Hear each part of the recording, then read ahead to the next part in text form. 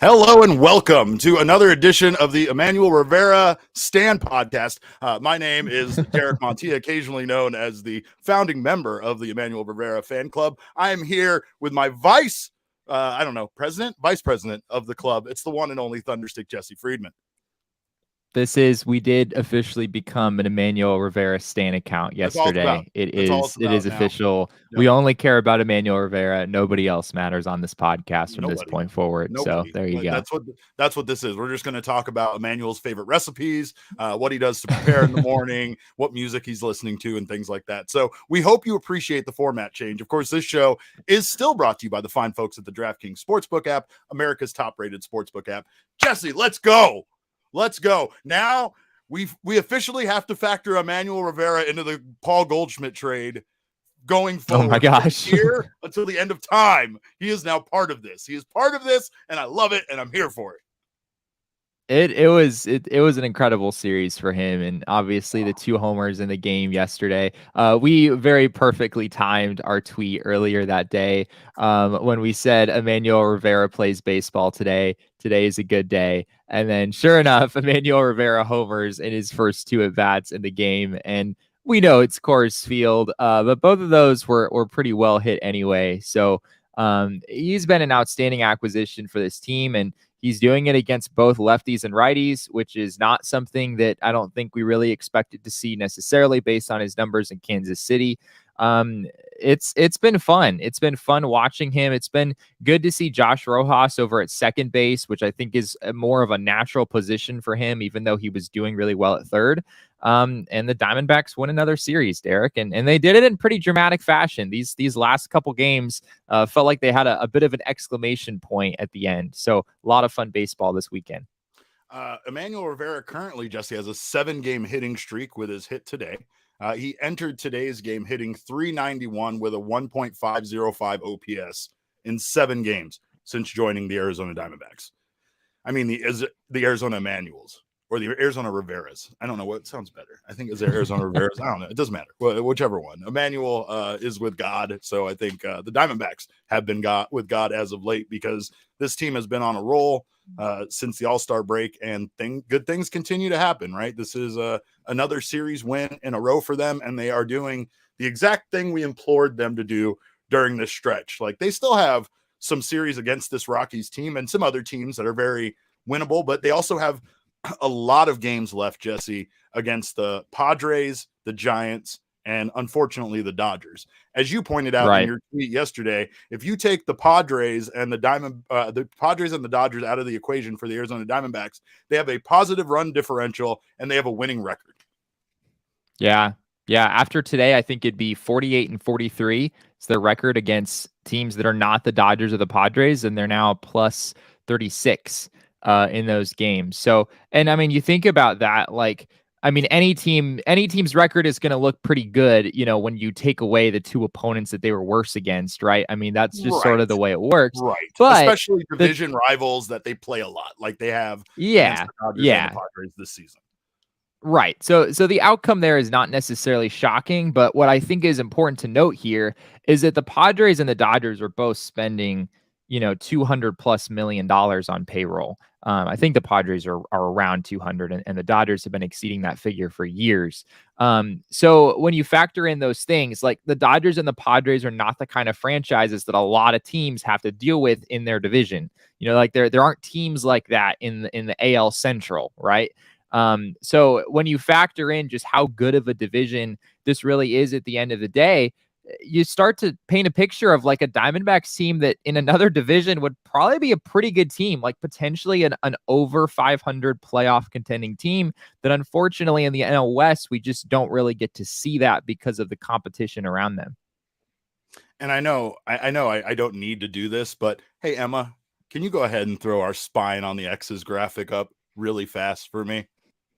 Because you know what we're going to do? We're going to spy on our exes just for a quick moment, Jesse, when it comes to this trade, because Luke Weaver is now a member of the Kansas City Royals. And in 4 games, he has a 9.00 ERA. So I think it's safe to say, at least in the short term, that the Diamondbacks have won this trade. Is that right? Is it too early to call? Yeah, Too early to call. we can judge trades after 2 weeks, right? That's how this works. That's how it works. That's how it works. The man has a 9.00 ERA, Jesse. I'm calling it. Time of death, 4:06 p.m. Sunday, August 14th. This trade's done. And we appreciate you, Emma.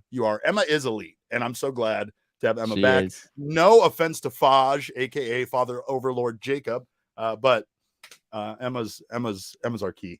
Anyway, we have to give Faj a shout out on a day like this, though, we because Faj put in absolutely have to quite a give bit of Faj. work into the video that we released earlier today, which Let's hopefully all of you have seen by now. Let's give credit where credit's due. Jesse, you did a phenomenal amount of work yourself. This is something that we have been working on for a very long time, since the no-hitter actually happened. But if you get a chance, please check out all of Jesse, Jacob, and Sean's excellent work. Yay, Father Jacob! I love. What is that? That's new. I love that. I have never seen that. I love it. But yes, shout out to Father Jacob and Jesse and Sean for their work. If you haven't had a chance, go to the PHNX Sports YouTube channel. Check out the first edition of Unscripted. It follows up on the 1-year anniversary of Tyler Gilbert's no-hitter, which was extremely improbable, extremely unlikely. And as Gilbert said himself in the interview, he didn't even have his best stuff that night. But it's an incredible yay, Father Jacob and baby boy Sean. Love you, Sean, a.k.a. Young Rock, a.k.a. Teenage Rock, High School Rock. But yeah, you guys did an awesome job on that. Big shout out to the Arizona Diamondbacks for joining us for that and for giving us their insight, because that really put that entire thing over the top. But I think you did a great job of breaking down why that was so unlikely, including a stat that we've been talking about quite a bit, especially when it comes to Christian Walker this season, which is that expected batting average, and how unlikely it is to have a no-hitter with those ridiculous odds. Yeah, I mean, by the end of that game, at one point in the video, I think it's about halfway through, I talk about how the probability of every batted ball up to that point going for an out was 0.25%, which is a 1 in 400 outcome. If you drag that out to the end of the game, Derek, you're looking at 1 in 10,000, like that sort of a level of outcome. I mean, it was insane what happened that day, and as Tyler said in the video, it was a stars align sort of an occasion, right? Just the kind of moment that nobody can explain. It's just sort of baseball being baseball. Manny Machado hits a 112-mile-an-hour liner off the bat, and it's just like scalded right at David Peralta in left field. Like those kinds of things were happening throughout that game. It was really crazy. I think Varsho said it best when he said most no-hitters really are just a case of the ball finding the glove in a game a lot. Like you have your dominant pitching performances where the no-hitter was greatly the odds were greatly increased by strikeouts and the pitcher contributing much more. It's not to say that this was something that Tyler Gilbert didn't earn. He absolutely earned this. It just was one of those situations that was extraordinarily unlikely. Not to mention, if you factor in the fact that this is a guy that was doing electrical work with his father when the season began, and eventually made his major league debut as a starter the same year and throws a no-hitter that same night. That's just incredible. And again, kudos to the team for putting that together. You guys did an outstanding job. I implore you again to go check that out. It is the finest work that we've done.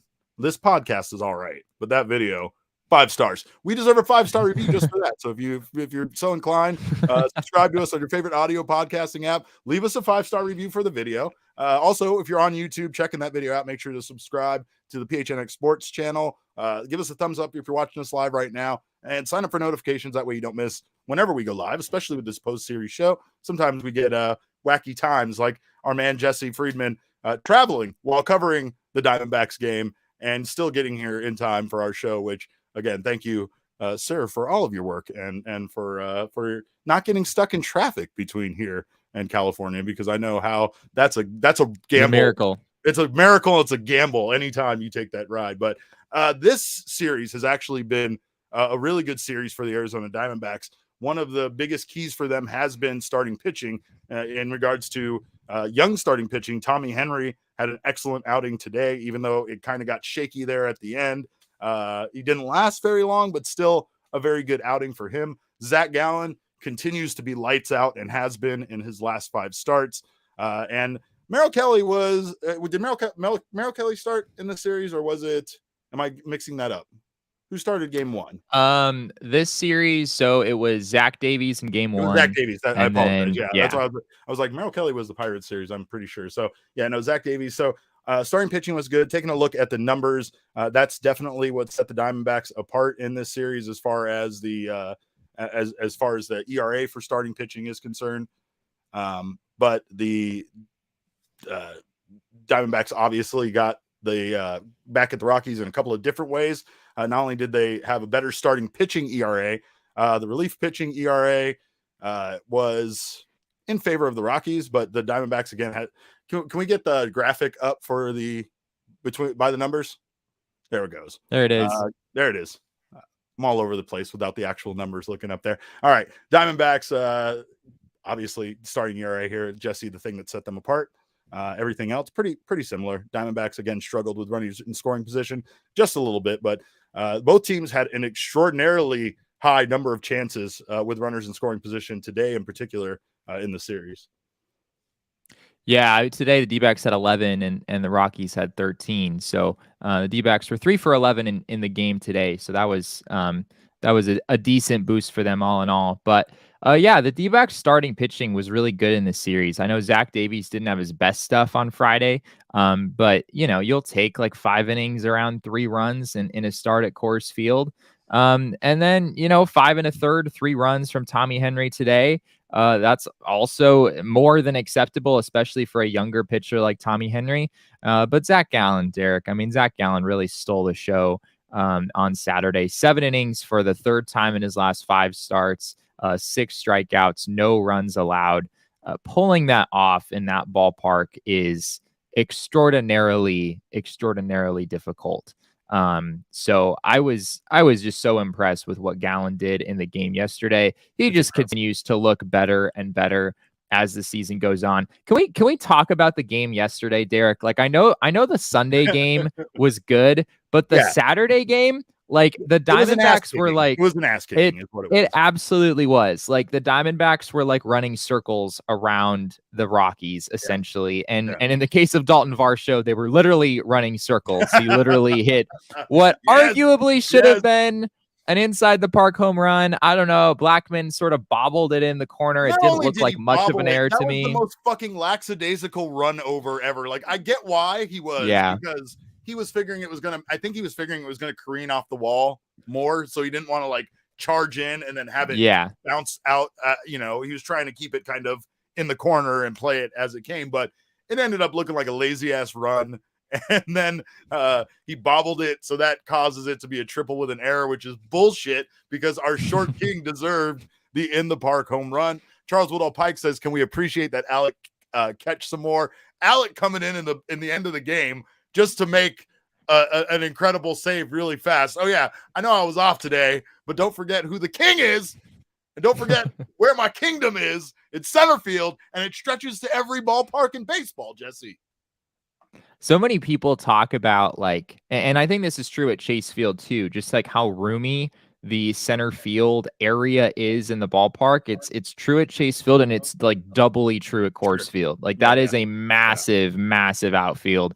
And for Alec Thomas, who doesn't have a lot of experience playing center field in that ballpark, to charge back and like perfectly time his jump, he absolutely robbed a home run. This wasn't like it was like a nice catch running into the fence, but like could have been a double. This absolutely would have been a home run. And I know the D-backs had a comfortable lead, so maybe the gravity of the situation wasn't quite as high as some of the other moments in the series. But the amount of proficiency that he has shown in center field this year is just insane. And I was looking the other day, Derek, at scouting reports of Alec Thomas, and he was not necessarily scouted as being an elite center fielder. It was sort of like a above average defense, like a chance to stay in center, like might be better served moving to a corner outfield spot at some point where he would be like really good.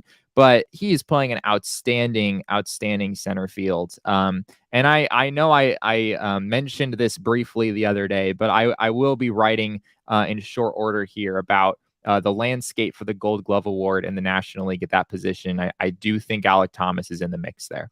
Hey, and make sure to sign up for a membership if you haven't done so already, so you don't miss any of Jesse's incredible writing. So go to gophnx.com, sign up for a membership. If you get an annual membership, you'll get a free t-shirt like this one I'm wearing. I think that guy's got one on too. You can get your free t-shirt of your choosing. Break our hearts and get one of the other beats. That's fine. We don't care. We have thick skin. We're okay with it. But we wear sun shirts like all the time, so we really do. Fine. Actually, we didn't even coordinate wearing sun shirts the other day, and it happened. So that's what happens around here. But we love our teams. We love all of our teams. But we want you to love the Diamondbacks. They deserve your love. So make sure to pick up one of our D-back shirts if you're interested in that over at the PHNXLocker.com. That's Seth Cerveza's shirt. It's still fire. It's still fire, whether he's starting, whether he's on the squad, whether he's in AAA, it doesn't matter. It's a fire shirt. And I'm not talking about him. I'm talking about Seth Cerveza. It's a fictional cartoon character, and that's all I was saying. But anyway, if you can get that shirt or any shirt of your choosing, if you're an annual member, if you get the month-to-month option, we'll still hook you up with a free, not free, first month for just 50 cents. Practically free. Come on, 50 cents. Even Jesse would pay 50 cents for an app on his phone because it's not the 99 cents, so it doesn't push him over the edge. But I don't know if that's true, if I'm being honest. I still don't think I would pay 50 cents. Oh my God. I don't know. I don't know if I pay you a special app that just delivered the information you wanted seamlessly at any point. You wouldn't pay 50 cents for it one time, Jesse. Come on. I don't think so. I'm trying to think if there's a point, like if there's a certain level where I would be willing to pay for an app. And there's also a difference between paying for the app up front and then adding a subscription or something later on, because that is something I'm okay with doing. But I refuse. You're like, I want to know what I'm getting into first before I pay anything for it. Yeah, for sure. Correct. But you would pay more than 50 cents for our membership to our website, and I know that for a fact that you do. So anyway, make sure to sign up for a membership if you haven't done so already. You get members only access to our Discord, members only discounts at the PHNX Locker. And of course, you get us, you get Jesse, you get all of his wonderful writing and all the wonderful writing of all the writers here. We have the best staff. We really do. Gerald, Craig, everybody here is incredible. Even Totri, even though I wouldn't want to say it to his face, but Totri's all right. Anyway, join us here. Wow, the slander in the comments. Oh my gosh. Oh yeah, there's a lot of slander. Jesse, do you want to slander Tommy Henry really fast before we move on, or what's going on? You want to talk about he's not that good because let's talk about it. Let's go ahead. Let's talk about it. Sure. So I have to admit on the front end here that as we mentioned earlier, I was driving a car through the desert of Southern California throughout most of this game. So with all transparency, I will reserve my judgments to a later date. Looking at the pitching line, which admittedly doesn't give that much information at the end of the day. 3 walks and 3 strikeouts. I don't love seeing that. We've sort of seen that from Tommy Henry in all of his starts, where he's walking just as many as he's striking out, which is not really sustainable for long-term success. But no, I mean, I haven't watched this game, so I'm not going to make these enormous statements about how well or not well Tommy Henry pitched. It appears that for a Coors Field start, he was very, very good today. So that's all I'll say on that. It was reminiscent, not the stuff. I'm not going to say he was dominant like a Zach Gallen, but it was reminiscent of Zach Gallen's starts where it seemed pretty solid up until the end. It seemed pretty good, and then he got himself into some trouble that Lovello wanted him kind of to work his way out of, get through the 6th inning, get those 6 innings under his belt. And once he started to struggle, you could tell because of the lead, the Diamondbacks had a 7-0 lead at that point. I felt like they were comfortable with letting him stay out there. And again, much like Zach Gallen in those starts where we were screaming for them to take him out of the game, it's it's kind of like a forge by fire situation. Staying out there in the heat, letting stuff get uncomfortable, letting you get into a jam and seeing how you work your way out of it. Again, it's really about the development of someone like Tommy Henry. And to an extent, it was about the development of Zach Gallen to kind of get him over that hump. What we've seen lately out of Gallen is that dominant pitcher that can go long in the game, have some that efficiency that allows him to make it into the 7th and 8th inning. And he hasn't been falling apart at the end of his starts, right? But Tommy Henry, again, he's another guy that looks like he could be a viable option for this team as a part of their starting rotation going forward, which is really what they need, just some stability and to have these young guys be a part of this team and continue their development now at a major league level. There's not a lot as far as pitching prospects go to be excited about left in the, farm system. And it's not to say it's depleted. It's just to say right now, some of the top prospects don't look as sharp as Tommy Henry has looked. And now he's come up and he's done the same thing that I think we saw out of young King Sir Alec Thomas, right? Alec Thomas came up and we just hoped that he didn't, have a rough entry into the bigs. Instead, what we saw was Alec Thomas immediately acclimate himself to the big league level and stay there without having to be sent back down and have that up and down experience that a lot of minor league players go through when they first get called up. Even some of the best prospects in the league have already been sent down once or twice. And what I'd love to see is I'd love to see Tommy Henry continue to grow, even if he makes mistakes, but stay a part of this team, stay a part of this starting rotation because they really need him. Yeah, I mean, what I will say about the rotation as a whole right now is that you really feel like you have a shot to win every single game. Like Dallas Keuchel just wasn't a major league quality pitcher when he was here. If we're being honest, like the Diamondbacks were majorly behind the 8-ball when Dallas Keuchel was on the mound. The numbers make that pretty clear. But with Zach Davies back in the rotation, I know he hasn't been super sharp so far, but he's been like reasonably okay. Yeah. And with Tommy Henry, sticking it out through 3 starts so far, I don't think we've seen his best stuff, and that's what I'll continue to say about Tommy Henry is, even if it sounds like I'm saying he hasn't pitched that well, it's more because I really think he's better in some ways than what we've seen so far. But there's no like gaping holes in the rotation. I know Madison Bumgarner is not what he was, right? Not anywhere close to what he was. But with Zach Gallen and Merrill Kelly, who are at the top of their game right now, both pitching extremely well, and then Mad Bum continuing to be a fairly steady presence, even if he's not what he used to be, he can still give you 6 innings, most of the time out. And then Tommy Henry and Zach Davies, like holding it down, keeping the Diamondbacks in games day after day. And the offense is starting to look better. I mean, with Emmanuel Rivera suddenly doing what he's doing, this Diamondbacks lineup has a little bit of depth to it that we didn't really see earlier in the season. And it just sort of feels like everything is kind of coming together for them right now. I know 53-61 isn't great, isn't super exciting, but they've been pretty darn good since the All-Star break. And now, Derek, San Francisco, this is a really, really big series for them coming up here. And what you just said was very important, Jesse. 53-61. Today, the Diamondbacks won one more game than their season total for 2021, right? So this is a big moment for this team because now I guess the cake has been made and everything from this point is icing on said cake. Anything that they can do, any little achievement that they can win just shows how much they've dug themselves out of the hole that they were in last year. Whether it's that 3rd place in the division and overcoming the San Francisco Giants, whether it's potentially, as crazy as it sounds, even overcoming the Padres, who continue to struggle to find ways to win, even with this monster lineup that they've put together, right? So there are a lot of interesting things here.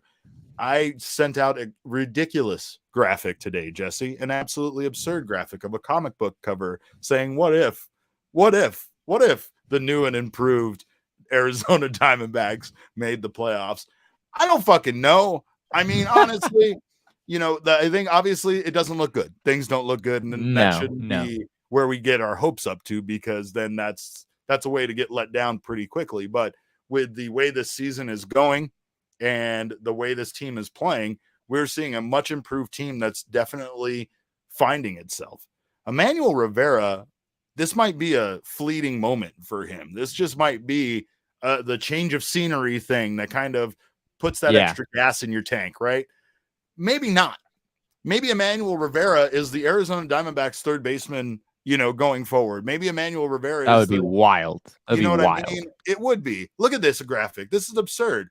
I made this and I asked myself if I was drunk, but I mean, what if, Jesse? Like, who cares what they do in the playoffs? I mean, the playoffs are very difficult. And at that point, things definitely are not in their advantage, right? But whatever.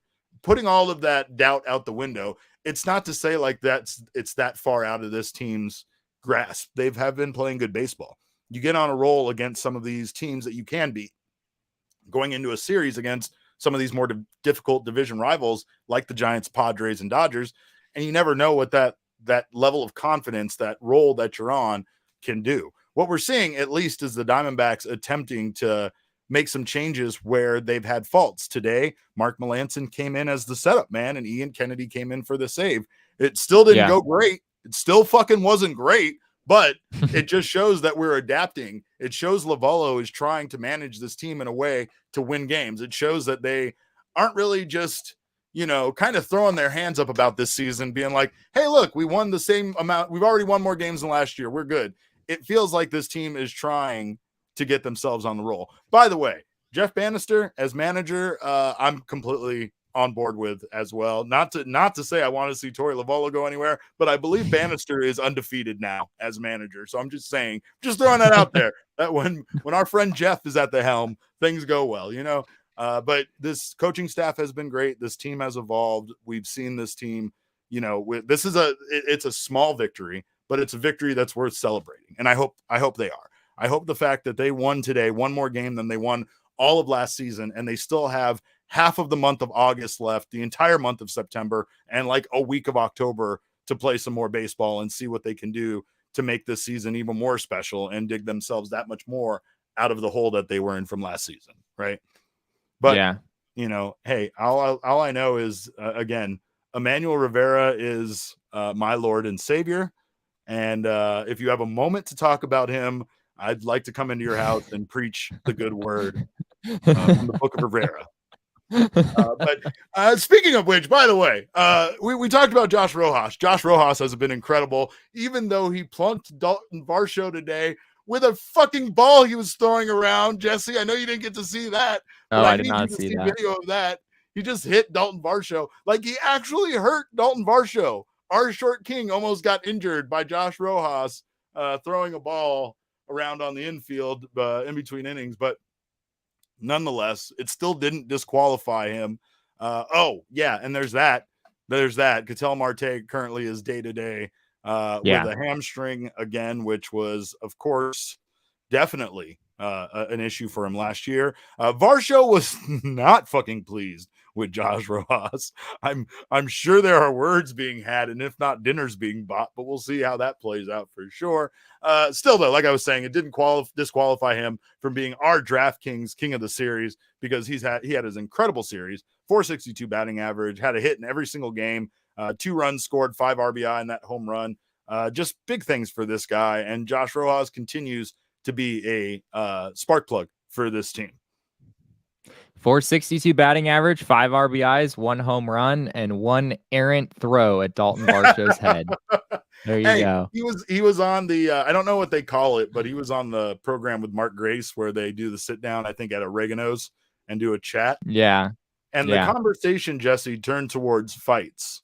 And let me tell you, I have rarely seen somebody that, like, visually on screen, just based on their demeanor, that I think that guy wants to fight someone really bad, more than Josh Rojas, because when they got into the topic, they started discussing penalties and like not only like suspensions, but financial penalties. And Mark Grace was given the old, back in my day, it was $500 and no time off of games. Nowadays, it's like blah, blah, blah. And Josh Rojas had this look in his eye, like, I want to play in your day just to fight people. Like, that's what Josh Rojas looked. And I really, no, we don't want to bring up Josh Rojas's numbers with runners in scoring position and 2 out, Michael. You know why we don't want to bring that up, but come on. He has been very good for this team, and especially in this series, he was pretty incredible and incredulous with that throw that he made that hit his friend Dalton Varsho, who I don't know if they're friends anymore, but we'll see how that develops. Yeah. Todd Walsh with Bally Sports did tweet that Dalton Varsho did not have a concussion and is already penciled into tomorrow's lineup. So from an injury standpoint, things are looking good there. But yes, he did say Josh Rojas is who that's good for. It is. Yes, you more than anyone else. But yeah, and he also did say that Ketel Marte is day to day with that hamstring, which is really unfortunate. I again only heard this part on the radio broadcast, but anytime you hear about Ketel Marte, kind of dragging on the base paths or stopping up short, you kind of know that it's that hamstring that's probably being re-aggravated. And that's just really unfortunate. That's been sort of an ongoing issue for Ketel for a few years now. And the Diamondbacks really they really need him in the lineup every day. So hopefully he's able to stay healthy and this is more of a short-term thing. Today's win, Jesse, is the first series win by the Arizona Diamondbacks over the Colorado Rockies at Coors Field since about this time in 2020. So in about 2 years, it's the first time. It was August 10th through the 12th, 2020. So it's been a long time since they had a series win in Colorado. I'm guessing. Yeah, they haven't played that well against the Rockies this year. Which is I want to say they're 5-6 against the Rockies now. I might be a game off with that. This is their second consecutive series win, but yeah, I think you could be right about that, or pretty close. But yeah, again, it shows that this team is definitely on rolling in the right direction. They have 74 road home runs now, which is fourth most in the National League.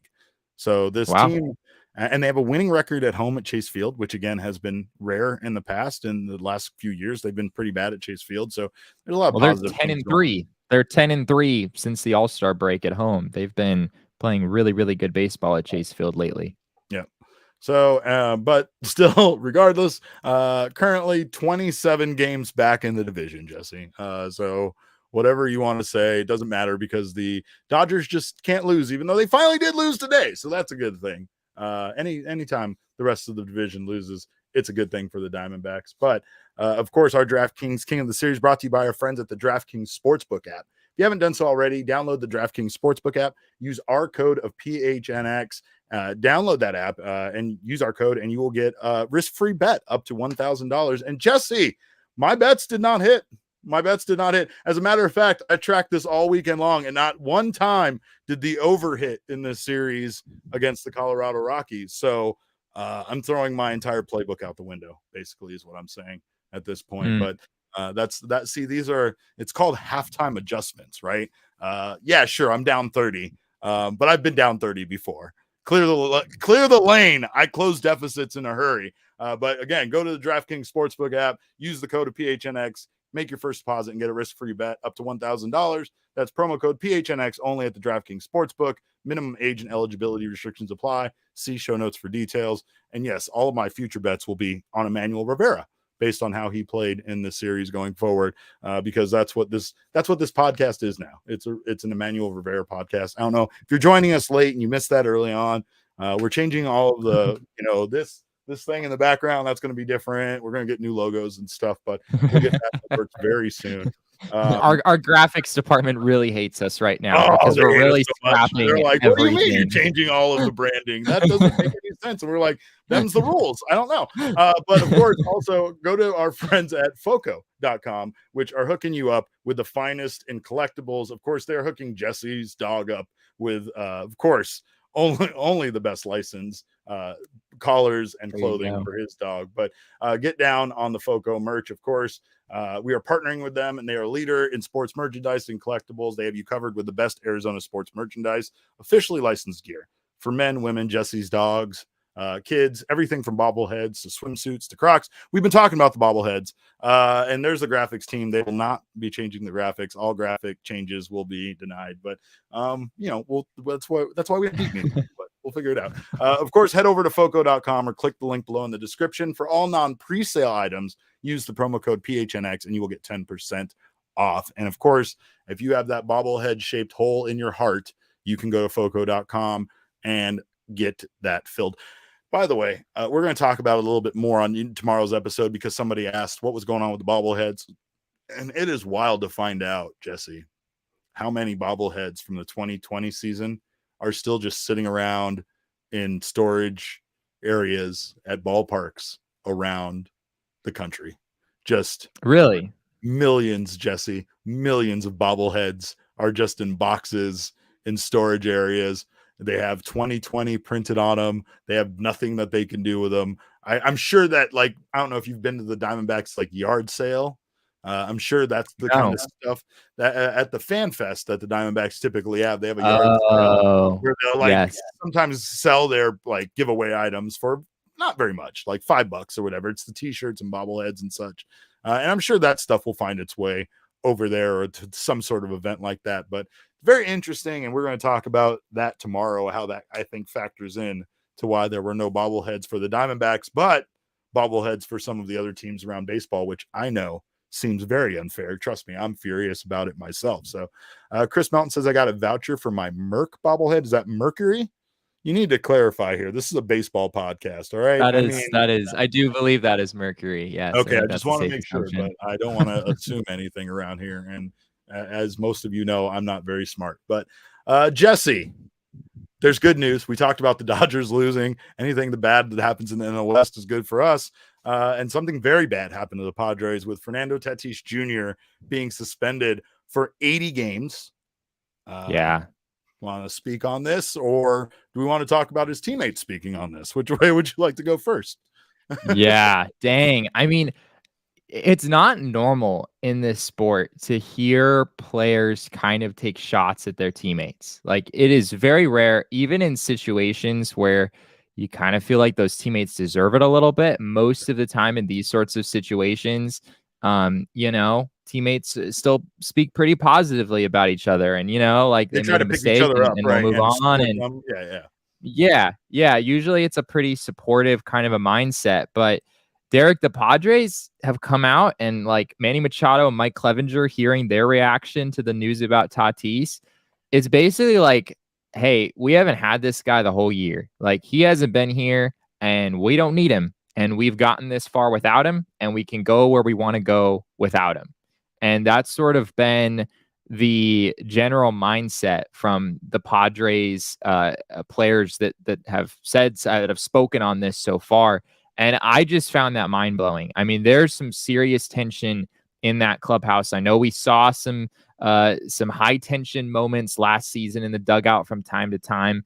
But it seems like a lot of that is still there, and it all seems to revolve around Fernando Tatis. And the guy seems relatively immature. I mean, that's just sort of the narrative that it's hard to argue your way out of that from some of the things that we've heard about this incident. So it's an absolute disaster for the Padres. I mean, there's no getting around that. It's a disaster in pretty much every possible way you could imagine. The Clutch Canuck said they didn't even sound disappointment. It was like fed up. Motion says that Tatis contract isn't looking too good for them now. I mean, they absolutely. I don't know if I can even say that. Like, have you guys looked at Tatis's career numbers lately? Like, when he is on the field, he is insane. Like, his production level is absolutely insane.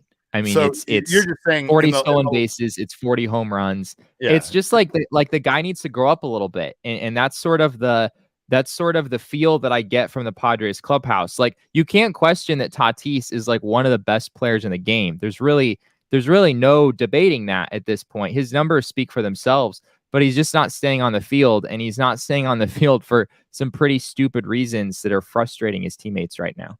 Gabriel in the comments says it's hard not to be angry when he's breaking his wrist on a motorcycle, then to be suspended for the rest of the year and next part of the next. Yeah, absolutely right. Yeah. For those of you that don't know, he was banned for clostebol. I think that's how you clostebol, which is a steroid. It's a testosterone and classified as a steroid. So again, it's a PED. There's a good chance that the reason why he was taking this was to recover from that injury. There's a chance that he might have thought that maybe I don't know how long it stays in your system. I don't know what. Maybe he thought while he was out injured, he could bounce back from this. Typically, these kind of performance enhancing drugs are kind of a shortcut to come back from an injury for some guys. Not always the case, because we know why anybody would want to get a competitive advantage. Here's the thing, though. Fernando Tatis, his entire career, has tried to find ways to get a competitive advantage. One of the talking points prior to this was how he was one of these guys that got essentially like a loan from a company that finances you and then takes a percentage of your future earnings after financing you as a low-level baseball player to have money so you can have a good life, so you can have a car and you can have, like what he said. What was Tatis' signing bonus again? Oh yeah, no, I mean, it's ridiculous, but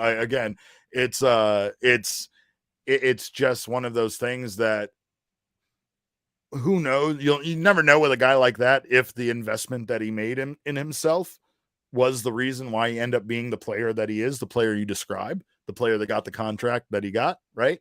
But the point I'm trying to make is obviously there is a pattern of him doing whatever it takes to try to be at the best that he can be, right? So this is another case of that. And it's another case of kind of doing it foolishly without thinking of the impact, without thinking of how it's going to impact your team, how it's going to impact your timeout. It's stupid. And I can understand his teammates being a little fed up with him after those events have occurred, and that's what's kept you out of the game for this long and what's going to keep you out of the game going forward for quite a while.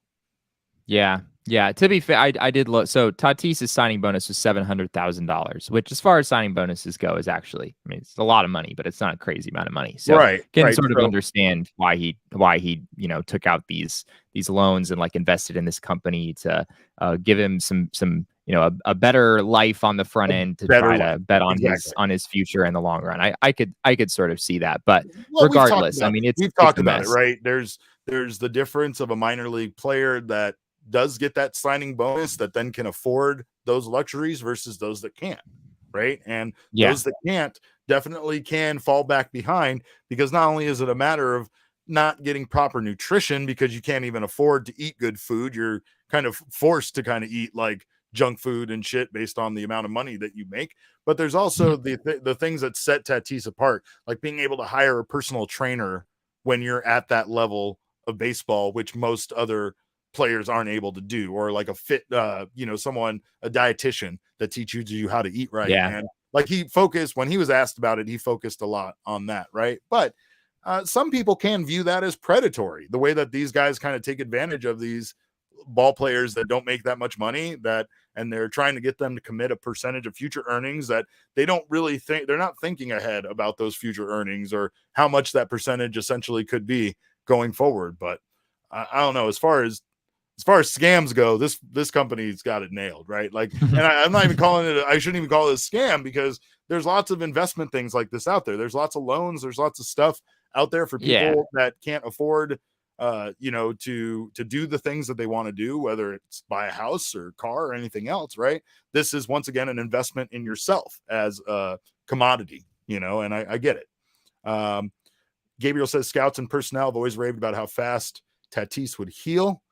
I'm yoring you on that one. That's not how heal spelled, but maybe we know how he was able to now. Wow. I'm sorry. Like me, a guy that has terrible grammar, getting someone else. I need to nail someone else when I can, Jesse. I'm sorry. But of course, this might impact the NL West. It's going to impact the NL West. I think that this is going to be just another one of those distracting factors for the Padres.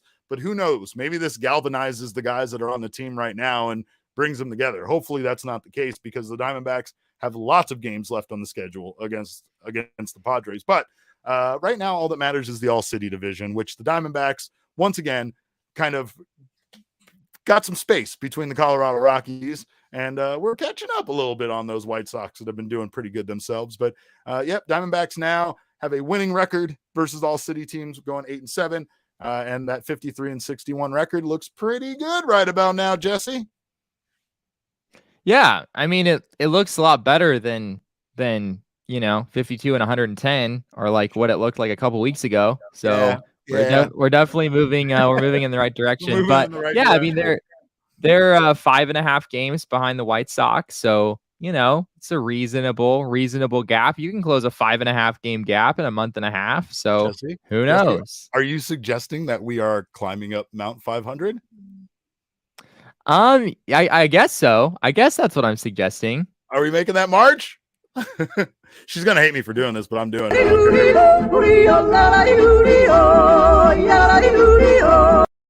Well, it's not Cattell though. We probably needed Baxter on that one, but the Diamondbacks making that march up the hill, right? So, of course, as we look ahead, the Diamondbacks do have a very difficult schedule. That's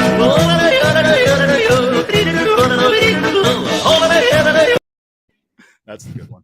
All right. There it is. I don't know how much they're going to get ahead because the schedule ahead is very tough for this team. And yeah, that's the end. It's the end of the nice, not so hard part of the schedule. That's the but prelude. The Giants are beatable. The Giants are beatable, and the Diamondbacks, I believe, are 6-3 against the Giants this season. And I also misspoke earlier. The Diamondbacks, I do think, are 8-8 now against the Rockies on the season. This ESPN thing, I'm a little bit unsure of if it updated already or if it's going to update tonight. But I believe the Diamondbacks are 8-8 now against the Rockies, and yes, they have been 6-3 against the Giants on the season. So D-backs have played them pretty tough this season. Clutch Canuck says the September schedule does depress me, as it does me, but they wrap up this road trip with 3 more against the Giants. Then they welcome the Cardinals here at home at Chase Field next weekend, and our friend Paul Goldschmidt, of course. And then they go back on the road against the Kansas City Royals and the White Sox before facing the Phillies. So it's kind of a weird, like short home stand, short road trip again, and then back here for games against the Phillies. So a lot of traveling in the schedule ahead for the Diamondbacks. They sat on the tarmac apparently for game 1, which they lost, for 7 hours. And our friend Patrick Lyons attributed that win a bit to them sitting on the tarmac for 7 hours. Jesse, have you ever sat on the tarmac for that long? I have sat on the tarmac for 5 hours. I have never sat on the tarmac for 7 hours, but it was brutal. It was when I was living in Seattle, and I was actually flying to Phoenix. And when it snows in Seattle, everyone, nobody knows what to do. Like it's akin to like when if it rains there were, here, right? When it rains here. Something like that. There was some snow on the ground that day, and so my flight was on time. We all got to the airport on time. We boarded the airplane on time, and then we just sat in the airplane for 5 hours while they tried to like de-ice the wings, which apparently was quite an undertaking. But yeah, 7 hours is another level. That is brutal stuff that the Diamondbacks went through. It's heartbreaking that when you need OGs the most, you can't have them. But again, our friends OGs try to get you through those tough times. And by the way, shout out to OGs because they love me, Jesse. They love me on Twitter. I don't know what it is. Maybe it's just because I'm such a fan of theirs. It's a reciprocal relationship, but I love our friends at OGs. I love them because their gummies are so good. They have the variety of flavors, and they're all about flavoring life. And they're about flavoring your life with our Flavoring Life sweepstakes. I said flavoring life way too many times in that sentence, but I have no regrets about it at all. You can go to our website over at gophnx.com.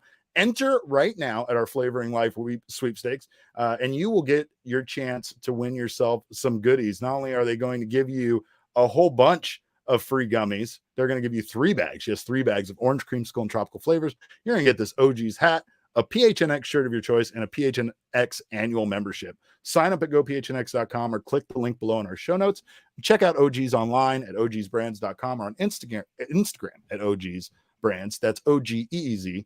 And find them wherever you get your local edibles because they are the top selling edible here in the state of Arizona. Of course, you can find their products at your local dispensary. Must be 21 years or older to purchase. And also, I've been sitting here this whole time enjoying a Hop Knot IPA. The glare is going to get that one, but it's, of course, my favorite. Open shirt, Derek, not included in the OG sweepstakes. Thank you for that disclaimer. I'm kind of mad Jesse Max didn't put that. That should be part of the disclaimer. No, you don't. No, I do not come with the giveaway. Nor does the lady that I don't know in that picture. But of course, you do get those 3 bags of OGs, so it's worth entering for sure, as well as that membership. And we're also giving you a membership on behalf of our friends at our favorite beer company in the world, Four Peaks Brewing Company. Go get down on Four Peaks. Go to gophnx.com. Become a member of our website, by the way, while you're there. And then while you're there, also enter both of our sweepstakes. Enter the Toast of the Month sweepstakes, where you will get a $50 Four Peaks gift card, a PHNX shirt of your choice, an annual membership, as well as our love and affection for being our Toast of the Month winner. Go to gophnx.com or click the link below in the show notes. Must be 21 years or older and enjoy responsibly. And I am enjoying this one very responsibly. Cheers to the Arizona Diamondbacks winning yet another series, and us, Jesse, getting to actually be here to enjoy a series win, which we don't get to very often. Chief Crazy Buffalo, which is an incredible name, says 26 games versus the 4 teams ahead of us for the last 2 wildcard spots. So if we win most of those games, we are in good shape. Just saying, crazier things happen to end a season. Emma, throw the comic book graphic back up there. Just saying. What if, Jesse? What if the all different D-backs made the playoffs? I'm just saying. What if? All right. Let's play along here. So the Diamondbacks, as of right now, are 10 games out of the wild card as of this moment. They're trailing the Philadelphia Phillies. They have 2 teams between them and the last wild card spot, those being the San Francisco Giants. There's a 4-game series coming up. That smells like opportunity. And then you've got the Milwaukee Brewers, who are 8.5 games in front of the Diamondbacks. So the Brewers are sort of right on the brink right now. There's not that many teams, Derek. Like after the Giants, there's only, I guess you would have to hop over 2 more teams after the San Francisco Giants, and you are 10 games behind one of those teams, 8.5 games behind the other one of those teams. That's a lot of ground to make up in a month and a half. I mean, it's a lot of ground to make up. It got pretty heavy on this side, Jesse. You weighed me down. But I'm still it's a lot of alive. It's a lot of ground, but yeah, I mean, it's cool that like we're even able to have this conversation, right? And the Diamondbacks have come out in the second half and have played some really, really good baseball so far. And yeah, a lot of people have pointed out like, hey, they could win these series to close out August. Like they could at least split all of these series. And they're right. Like the D-backs schedule the rest of the way is one of the most difficult in baseball, if not the most difficult. But it's not like you're playing the Dodgers every time out, right? Like the Cardinals are a beatable team. The Phillies are a beatable team. So the Diamondbacks still have a lot of opportunity here. And with how they've played over the last few weeks, you got to feel about as good about it as you could possibly imagine at this point. Well said. And again, remember to check out Jesse's, not only his wonderful articles, but that amazing video that not only did he contribute to, but so many people here at PHNX. Big shout out to Faj, Father Overlord Jacob, and High School Rock, aka Sean DePaz, for all of their help and all of their support with that. Also, big shout out to Dalton Varsho, Tyler Gilbert, and Troy Lavolo for participating in our recap of his perfect game. Or not perfect game, his no-hitter. It's not a perfect game. He gave up a walk right away. What am I saying? It was the very first thing that happened. And you'd know that if you went and watched that video. So make sure to check that out. Gabriel Ferrer in the comments says with Corbin Carroll coming up in September, they might split a lot of September series. Who knows? They also have a bit of a logjam there with Jake McCarthy playing so well, which is something we didn't really talk about today. But McCarthy was excellent in the outfield for the Diamondbacks defensively. And once again, gives them a lot of hard decisions. And let's be honest, I mean, you know, there's going to be some pieces that are going to probably end up being moved. So as long as guys keep playing well, there's a good chance the Diamondbacks could make some moves to, you know, maybe add some depth in some of these other areas that they don't have such a logjam in like they did the outfield. I think that's what brought us Emmanuel Rivera. And I have heard lots of things from Royals fans that are pretty sad about seeing him over here now become, you know, the subject of this podcast. And, you know, everything we live and breathe and die for is Emmanuel Rivera. But that's just, you know, that's I get that. We're usually on the other end of that. So again, we won that trade per me. I'm calling it. It's done. We thank you guys so much for joining us. Make sure to check out that video and everything we do. We appreciate your support. We appreciate you being here. Follow us on Twitter. I'm at Cap_caveman with a K. Jesse is at Jesse N. Friedman. This show is at PHNX_DBacks, where you can find all of our ridiculous memes, thoughts, and excitement during games. But all roads lead to at PHNX_sports on Twitter, Instagram, and Facebook. Again, we thank you guys so much for joining us. On behalf of Jesse and myself, we appreciate your time. And remember, kids, baseball is fun, but it's so much more fun when you're Emmanuel Rivera.